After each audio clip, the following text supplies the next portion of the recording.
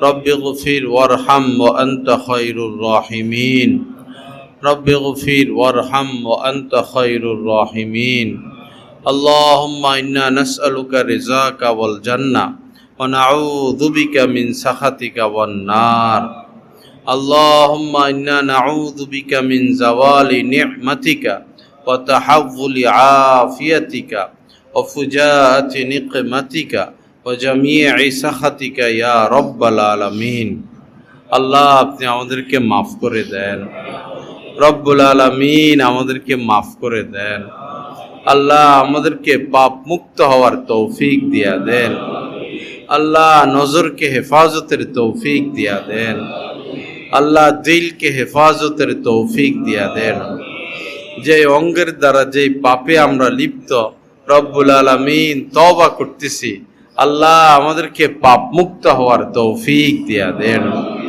ইয়া আকরামাল আকরামিন ইয়া আরহামার রাহিমিন আপনার নৈকট্য আপনার মহব্বত আমাদেরকে দান করেন আল্লাহ দ্বীনের সহি বুঝ আপনি দান করেন এই গাছতলা ঘাটের সকল মানুষকে হেদায়েত দিয়া দেন গাছতলা ঘাটের সকল যুবকদেরকে হেদায়েত দিয়া দেন গাছতলা ঘাটের সকল আয় আল্লাহ মানুষদেরকে পাক্কা নামাজিওয়ালা বানায়া দেন যারা যেভাবে সুদের সাথে ঘুষের সাথে লিপ্ত তাদেরকে তওবা করার তৌফিক দিয়া দেন আল্লাহ ইয়া করিম আমাদেরকে খাস কামেল তওবা করার তৌফিক দিয়া দেন আল্লাহ গুনাহমুক্ত জিন্দেগি নসিব করে দেন আল্লাহ বিশ্বময় যতগুলো যুদ্ধ দয়া করে সকল যুদ্ধগুলো বন্ধের ব্যবস্থা করে দেন যারা যুদ্ধগুলো লাগায় এদেরকে আপনি ধ্বংস করে দেন এদেরকে আপনি বরবাদ করে দেন আল্লাহ মুসলমানদেরকে আপনি বিজয়ী করেন আল্লাহ মুসলমান মুমিনদেরকে আপনি আল্লাহ নাজাতের ফয়সালা করে দেন আয়া করিম হাজী রফিক সাহেব অসুস্থ আল্লাহ যদি হায়াত থাকে ওনাকে আপনি সুস্থ করে দেন হায়াত না থাকলে ঈমানের সাথে যাওয়ার তৌফিক দান করিয়েন আমাদের সবাইকে ঈমান নিয়ে যাওয়ার তৌফিক দিয়া দেন আমাদের সবাইকে তাকওয়ার উপর অটল অটল অবিচল রাখেন আমাদের জন্য হালাল রিজিকের ফয়সালা করে দেন আল্লাহ উত্তম রিজিকের ফয়সালা করে দেন অপমানিত হওয়া লাঞ্ছিত হওয়া ঘৃণিত হওয়া থেকে আমাদেরকে হেফাজত করেন আল্লাহ সকল ইজ্জত আপনার হাতে দয়া করে ইজ্জতের ফয়সালা করে দেন স্ত্রী সন্তান সহ সবাইকে নিয়ে ইজ্জতের সাথে থাকার তৌফিক দান করেন ইয়া কারীম অনেক ভাইয়েরা এখানে এসেছেন আল্লাহ সবাইকে আপনি কবুল করেন সবাইকে কামেল তওবার তৌফিক দিয়া দেন সবার জন্য হালাল রিজিকের ফয়সালা করে দেন অসুখগুলো বিমারিগুলো আপনি দূর করে দেন সুবহানা রাব্বিকা রাব্বিল ইজ্জাতি আম্মা ইয়াসিফুন ওয়া সালামুন আলাল মুরসালিন والحمد لله رب العالمين آمين برحمتك يا أرحم الراحمين